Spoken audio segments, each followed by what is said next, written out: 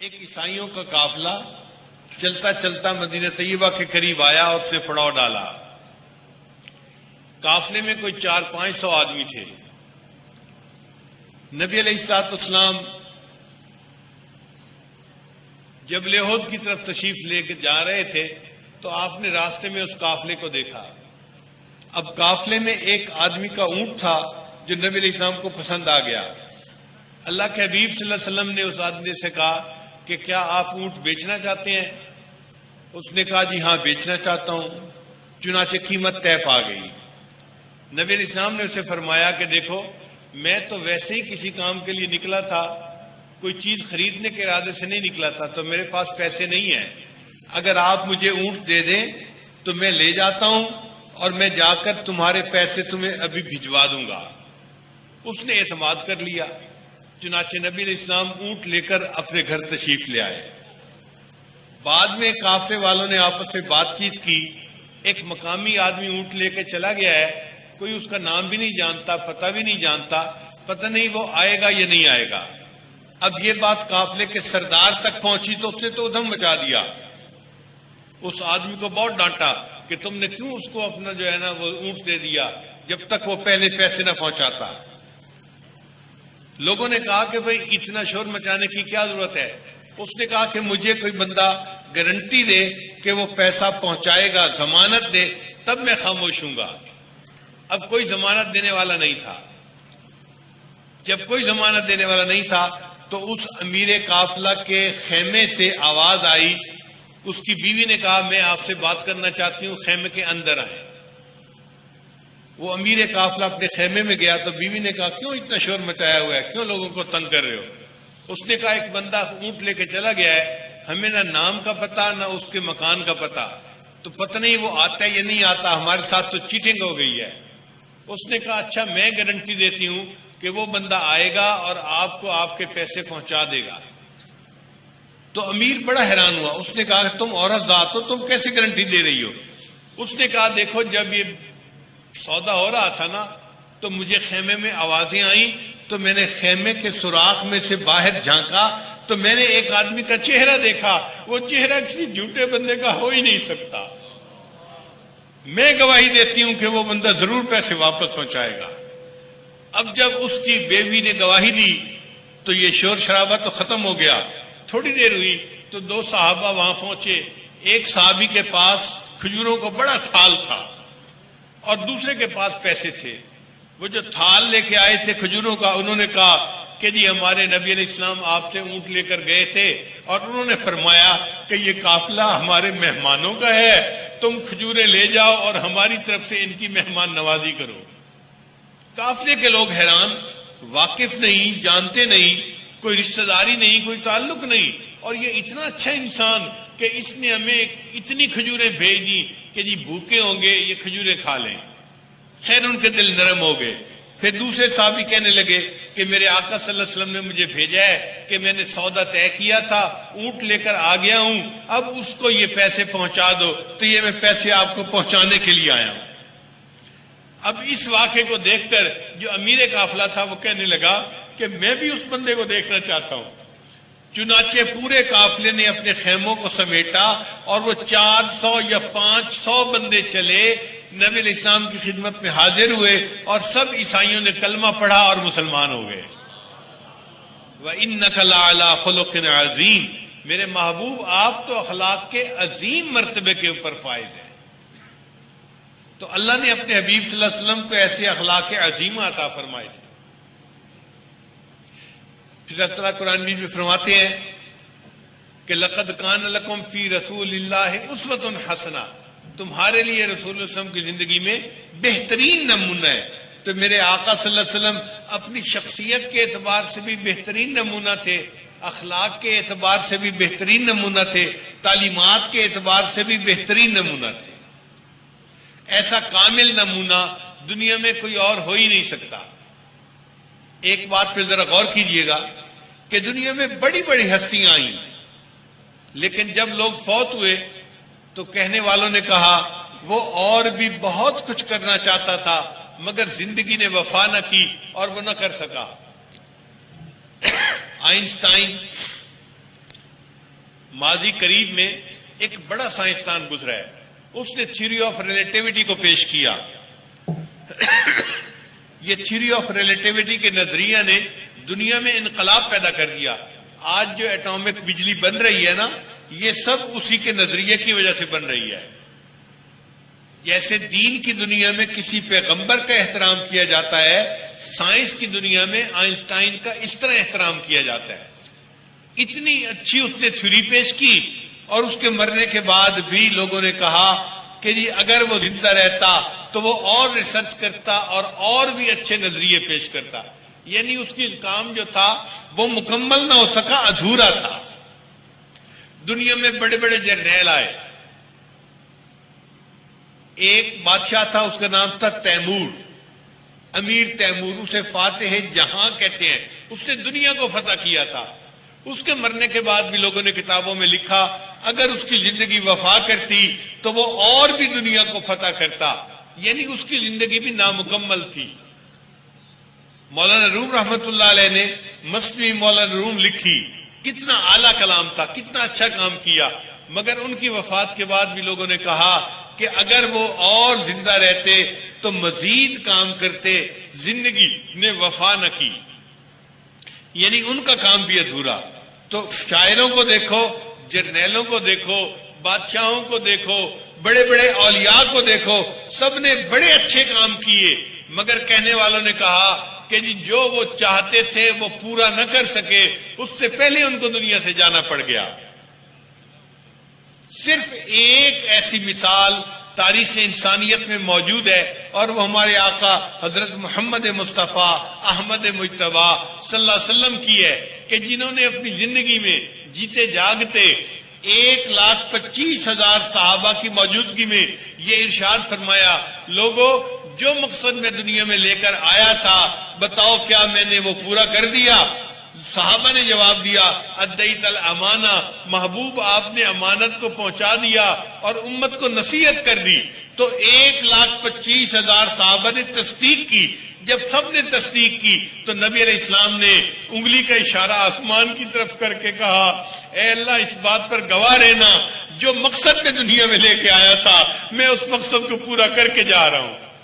تو کائنات کی تاریخ میں اگر کوئی کامل زندگی ہے تو ہمارے آقا حضرت محمد صلی اللہ علیہ وسلم کی زندگی ہے۔ میرے دوستو، ہم کسی نامکمل زندگی والے کی کیا اقتدا کریں؟ ہم اس کی پیروی کریں جو کامل زندگی والے۔ یہ دنیا کے جتنے رول ماڈل بنے پھرتے ہیں یہ سب ادھوری زندگی والے لوگ ہیں۔ جو چلے گئے وہ بھی ادھوری زندگی والے، جو موجود ہیں یہ بھی ادھوری زندگی والے۔ پوری کامل زندگی والے ایک ہی ہستی تھی جو ہمارے آقا صلی اللہ علیہ وسلم تھے، وہ کامل زندگی گزار کر گئے۔ اور اللہ نے قرآن مجید میں فرما دیا لَقَدْ كَانَ لَكُمْ فِي رَسُولِ اللَّهِ أُسْوَةٌ حَسَنَةٌ، تمہارے لیے میرے محبوب کی زندگی میں بہترین نمونہ موجود ہے۔ پھر اللہ تعالیٰ قرآن مجید میں ارشاد فرماتے ہیں وَعَلَّمَكَ مَا لَمْ تَكُنْ تَعْلَمُ، اے میرے محبوب صلی اللہ علیہ وسلم، اللہ نے آپ کو وہ علم دیا جو آپ کے پاس نہیں تھا۔ وَكَانَ فَضْلُ اللَّهِ عَلَيْكَ عَظِيمًا، اور آپ کے اوپر تو اللہ کا بڑا فضل ہوا ہے۔ چنانچہ نبی علیہ السلام نے انسانیت کو آ کے علم کی اہمیت سکھائی۔ ارشاد فرمایا طلب العلم فریضۃ علی کل مسلم، علم کا طلب کرنا ہر مسلمان کے اوپر فرض ہے۔ ہم نے ایک مرتبہ یونیورسٹی میں ایک مینجمنٹ کا کورس کیا، جو انسٹرکٹر تھا وہ جرمنی کا ایک پروفیسر تھا، اس کا نام تھا مسٹر براڈی۔ وہ دنیا کا کوئی بڑا ہی مینجمنٹ کا اسپیشلسٹ بندہ تھا۔ وہ پاکستان آیا ہمیں لیکچر دینے کے لیے۔ وہ 9 یونیورسٹیوں کا وزٹنگ پروفیسر تھا، یعنی بڑی نامور یونیورسٹیوں میں وہ جا کے لیکچر دیا کرتا تھا۔ ہم لوگ بھی ایکسائٹڈ تھے اس کی بات سننے کے لیے کہ وہ کیا کہتے ہیں۔ وہ آیا اور آ کر کہنے لگا کہ جی پہلے زمانے میں لوگ یہ سمجھتے تھے کہ اسکولوں میں، کالجوں میں، یونیورسٹیوں میں پڑھا جاتا ہے، پھر اس کے بعد بندے کی پریکٹیکل لائف شروع ہو جاتی ہے، اور پریکٹیکل لائف میں پھر پڑھنے کی ضرورت نہیں ہوتی. لیکن یورپین کمیونٹی اس نتیجے پر پہنچی ہے کہ بندے کو اس کے بعد بھی پڑھنا پڑتا ہے.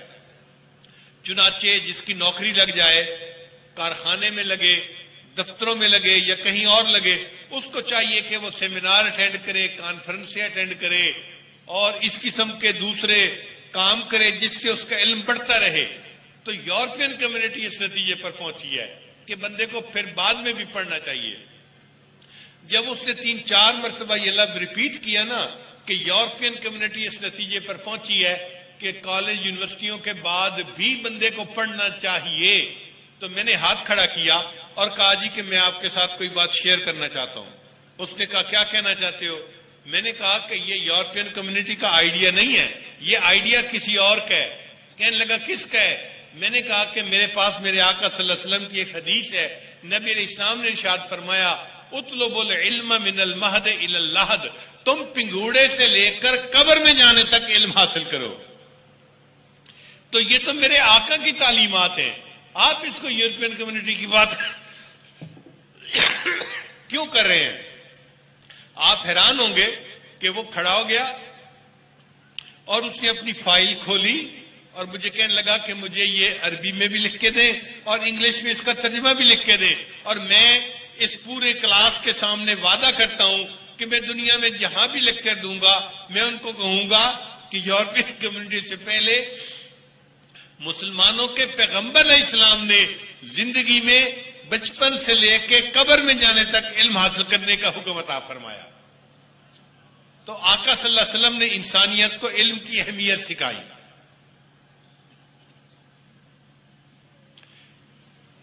کوئی 25 سال پہلے کی بات ہے، یو کے کا ایک انگریز تھا، اس کا نام تھا مائیکل ہارٹ. اس نے کتاب لکھی، اس کا ٹاپک تھا a ranking of the most influential personalities of history, کہ تاریخ میں جتنی متاثر کن شخصیتیں گزری ہیں ان 100 شخصیتوں کا اس نے اپنی کتاب میں تذکرہ کیا. بڑا چرچا ہوا کتاب کا. میں نے بھی وہ کتاب خریدی کہ بھئی میں بھی پڑھوں. تو میں نے دیکھا کہ 100 شخصیتوں میں اس نے سب سے پہلے ہمارے آقا صلی اللہ علیہ وسلم کا نام نامی اس میں گرامی لکھا ہوا تھا. پھر اس کا اوپننگ سینٹنس یہ تھا، ذرا توجہ فرمائیں، کہ مائی چوائس آف محمد صلی اللہ علیہ وسلم to lead the ranking of the most influential personalities will surprise some of the reader. وہ کہتا ہے کہ میں نے جو یہ چنا ہے نا کہ مسلمانوں کے پیغمبر سب سے پہلے نمبر پہ ان کا تذکرہ کروں، اس سے کتاب پڑھنے والے بڑے حیران ہو جائیں گے. لیکن میرے پاس دلیل یہ ہے کہ دنیا میں بڑی شخصیتیں آئیں، انہوں نے بڑے کام کیے، مگر یہ وہ شخصیتیں تھیں جنہوں نے اپنے وقت کے بہترین سکولوں میں، کالجوں میں اور یونیورسٹیوں میں تعلیم پائی، اور اس کے بعد اپنے وقت کے وہ بڑے شخص بنے، بڑی جرنیل بنے، بڑے رائٹر بنے، بڑے مقرر بنے، بڑے واعظ بنے. لیکن یہ ایسی شخصیت ہیں کہ جنہوں نے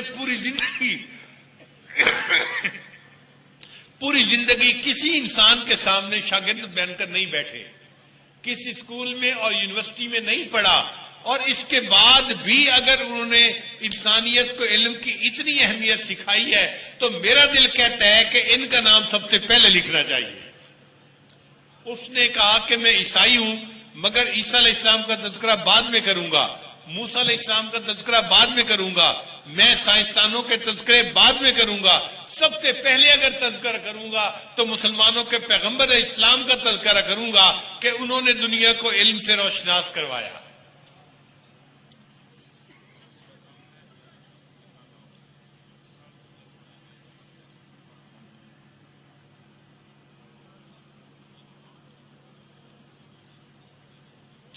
اللہ تعالیٰ قرآن مجید میں اپنے حبیب صلی اللہ علیہ وسلم کے بارے میں فرماتے ہیں وَرَفَعْنَا لَكَ ذِكْرَكَ، اے میرے محبوب صلی اللہ علیہ وسلم ہم نے آپ کے ذکر کو بلند فرمایا، ہم نے آپ کے ذکر کو اونچا کیا، بلند کیا. سبحان اللہ.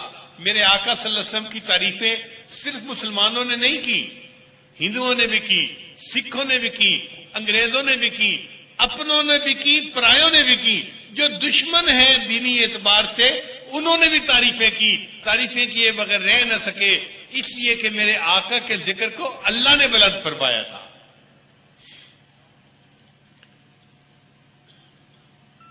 اب میرے محبوب صلی اللہ علیہ وسلم کے ذکر کو اللہ نے کیسے بلند کیا، ذرا آپ کو میں ایک سائنسی طریقے سے بات سمجھاتا ہوں، امید ہے آپ توجہ سے بات سنیں گے۔ دنیا میں جب سورج طلوع ہوتا ہے نا تو ایک ملک ہے، اس کا نام ہے فجی، آسٹریلیا سے بھی آگے، اس کو مشرق دنیا کہتے ہیں۔ وہاں دنیا میں سب سے پہلے سورج طلوع ہوتا ہے، پھر فجی کے آگے اس طرح ٹائم جو ہے بڑھتا رہتا ہے، چنانچہ سب سے پہلے دنیا میں فجر کی اذان کا وقت فجی میں ہوتا ہے۔ فجی کے ملک میں اذانیں ہونی شروع ہو جاتی ہیں۔ آپ جانتے ہیں ایک اذان کا وقت ہوتا ہے نا تو آدھا گھنٹہ ملک کے طول و عرض میں اذانیں ہوتی رہتی ہیں، ابھی اس محلے میں، اس شہر میں، اس مسجد میں، اس مسجد میں، تو اذانیں ہوتی رہتی ہیں۔ تو فجی میں اذانیں ہوتی رہتی ہیں، پھر فجی کے بعد اس کے قریب دوسرے ملک ہیں، ان میں اذانیں، پھر آسٹریلیا میں اذانیں شروع ہو جاتی ہیں۔ آسٹریلیا اتنا بڑا ملک ہے کہ اس کے اپنے اندر 2 گھنٹے کا ٹائم ڈیفرنس موجود ہے۔ وہاں بھی مسلمانوں نے مساجد بنائی ہوئی ہیں، چنانچہ ایک شہر میں اذان ہوئی، پھر دوسرے میں ہوئی، پھر تیسرے میں، پھر چوتھے میں، پھر 5ویں میں، اور پورے ملک میں اذانیں ہوتی رہتی ہیں۔ جب آسٹریلیا میں فجر کا وقت مکمل ہو جاتا ہے تو اس کے بعد برونائی کا ملک آ جاتا ہے، وہاں پہ فجر کی اذانیں شروع ہو جاتی ہیں۔ جب فجر کی اذانیں برونائی میں ختم ہوتی ہیں تو اس کے ساتھ ملائیشیا ہے، ملائیشیا میں اذانیں شروع ہو جاتی ہیں، پھر آدھا گھنٹہ ملائیشیا میں اذانیں ہوتی رہتی ہیں۔ جب ملائیشیا میں آدھا گھنٹہ اذان مکمل ہوتی ہے اس کے ساتھ انڈونیشیا میں اذانیں شروع ہو جاتی ہیں، پھر سنگاپور میں اذانیں شروع ہو جاتی ہیں۔ جب سنگاپور میں فجر کا وقت ختم ہوتا ہے اس کے بعد برما میں اذانیں شروع ہو جاتی ہیں، پھر جب برما میں وقت ختم ہوتا ہے تو بنگلہ دیش میں اذانیں شروع ہو جاتی ہیں، پھر بنگلہ دیش پورے ملک میں اذانیں ہوتی ہیں۔ جب بنگلہ دیش میں اذانیں ختم ہوتی ہیں تو انڈیا میں اذانیں شروع ہو جاتی ہیں۔ انڈیا کتنا بڑا ملک ہے، وہاں مسلمان کتنے ہیں، کروڑوں کی تعداد میں، اذانیں ہوتی رہتی ہیں۔ جب وہاں ٹائم ختم ہوتا ہے تو پاکستان میں ٹائم شروع ہو جاتا ہے۔ انڈیا میں اور پاکستان میں آدھے گھنٹے کا فرق ہے۔ پھر پاکستان میں جب ایک ٹائم شروع ہوتا ہے تو ماشاءاللہ اذانیں شروع ہوتی ہیں پشاور سائڈ سے، اسلام آباد سے، پھر اس کے بعد لاہور، پھر ملتان، پھر یہ سلسلہ چلتے چلتے آدھے گھنٹے کے بعد کراچی میں اذانیں شروع ہوتی ہیں۔ پھر جب پاکستان میں فجر کی اذانیں ختم ہو جاتی ہیں تو دبئی کے اندر فجر کا وقت شروع ہو جاتا ہے۔ فجر میں اور دبئی میں اور پاکستان میں 1 گھنٹے کا ٹائم ڈیفرنس ہے، چنانچہ وہاں فجر کی اذانیں ہوتی ہیں۔ ایمریٹ کے کئی ملک ہیں جن میں اذانیں ہوتی رہتی ہیں۔ جب اذانیں ختم ہوتی ہیں اس کے بعد سعودی عرب میں اور دبئی میں 1 گھنٹے کا فرق ہے، سعودی عرب میں فجر کی اذانیں شروع ہو جاتی ہیں۔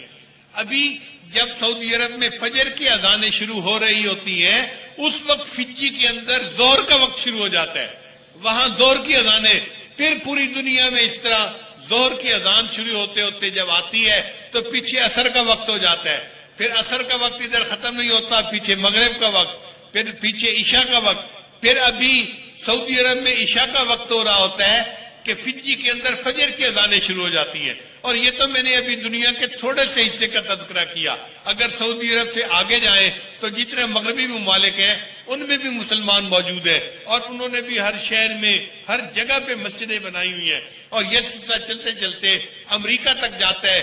امریکہ میں ہزاروں مسجدیں موجود ہیں، پھر امریکہ سے آگے پاناما جائیں، مجھے اللہ نے وہاں بھی جانے کا موقع دیا، وہاں بھی ہزاروں مسجدیں موجود ہیں۔ اگر ہم پوری دنیا کو سامنے لیں تو یوں لگتا ہے ہر وقت کسی نہ کسی ملک کی، کسی نہ کسی شہر کی مسجد میں کوئی نہ کوئی نماز کا وقت ہو رہا ہوگا اور کوئی نہ کوئی مؤذن اذان دے رہا ہوگا، اقامت کہہ رہا ہوگا اور میرے آقا کے ذکر کو بلند کر رہا ہوگا۔ نبی علیہ السلام کے بارے میں اللہ فرماتے ہیں وَرَفَعْنَا لَكَ ذِكْرَكَ، اے میرے محبوب ہم نے آپ کے ذکر کو بلند کیا۔ اگر ہمارے پاس آج کوئی ریسیور ہوتا جو پوری دنیا کی اذانوں کو قید کر سکتا، ہم کہتے ابھی یہاں اذان ہوئی ہے، اب یہاں اذان ہوئی ہے، 24 گھنٹے ہمیں کہیں نہ کہیں پوری دنیا میں اللہ اکبر کی اذان بلند ہوتے محسوس ہوتی، اور اللہ نے اپنے محبوب کے ذکر کو ایسے بلند فرما دیا۔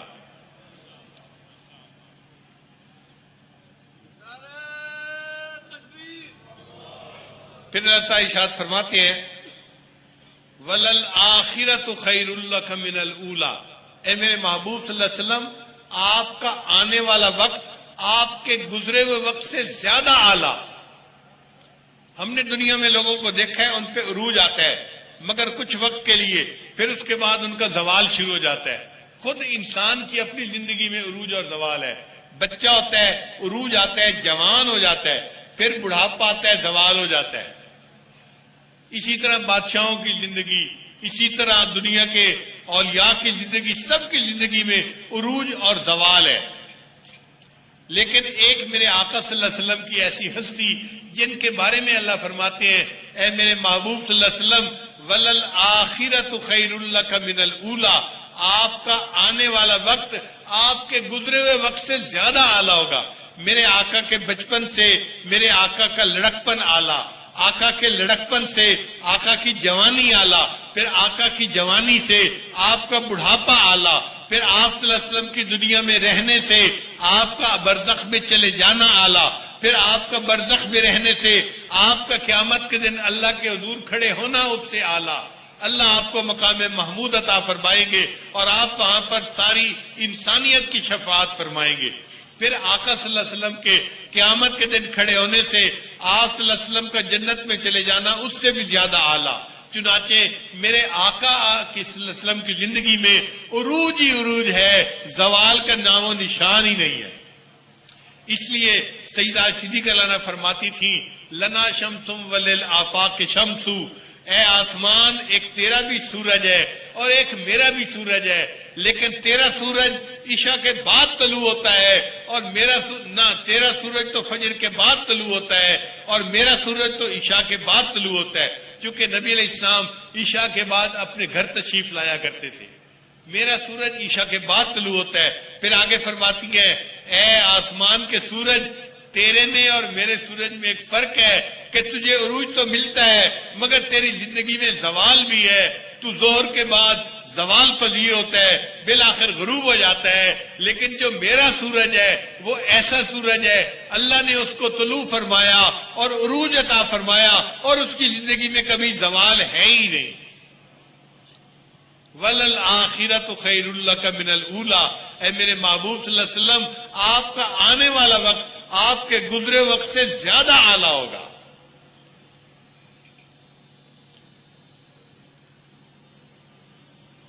پھر اللہ تعالیٰ ارشاد فرماتے ہیں اے میرے محبوب صلی اللہ علیہ وسلم وَمَا أَرْسَلْنَاكَ إِلَّا رَحْمَةً لِّلْعَالَمِينَ، ہم نے آپ کو جہانوں کے لیے رحمت بنا کر بھیجا ہے۔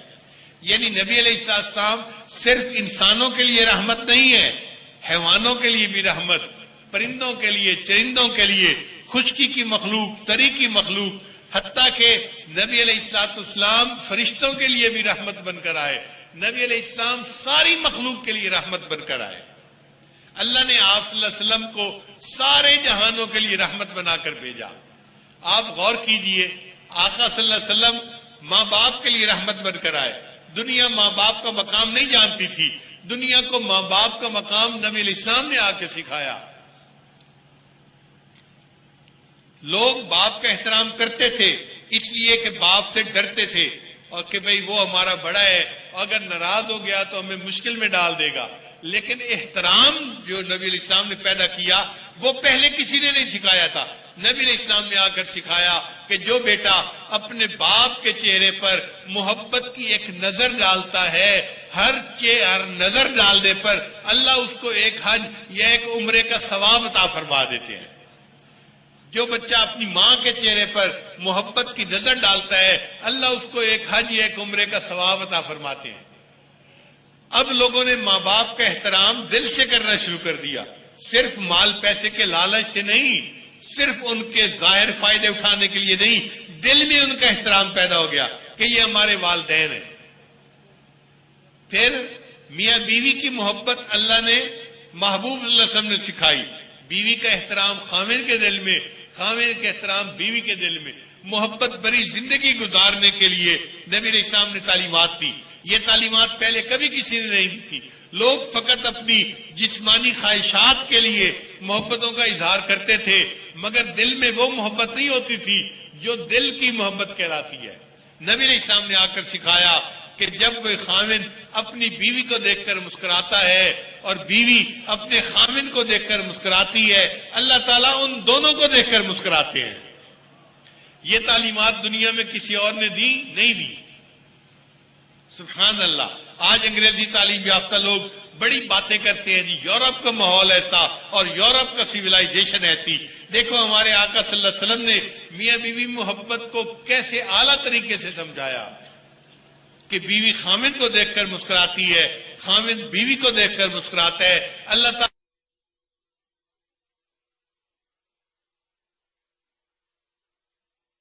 میرے سامنے فرمایا ریح الولد میں ریح الجنہ، کہ جب باپ اپنے بیٹے کو بوسہ دیتا ہے تو اس کی جو خوشبو اس کو محسوس ہوتی ہے، مہک محسوس ہوتی ہے، وہ مہک تو جنت کی خوشبوؤں میں سے ہے۔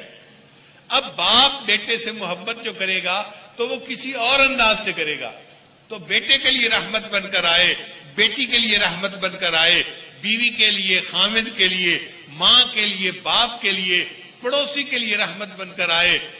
نبی علیہ السلام پوری انسانیت کے لیے رحمت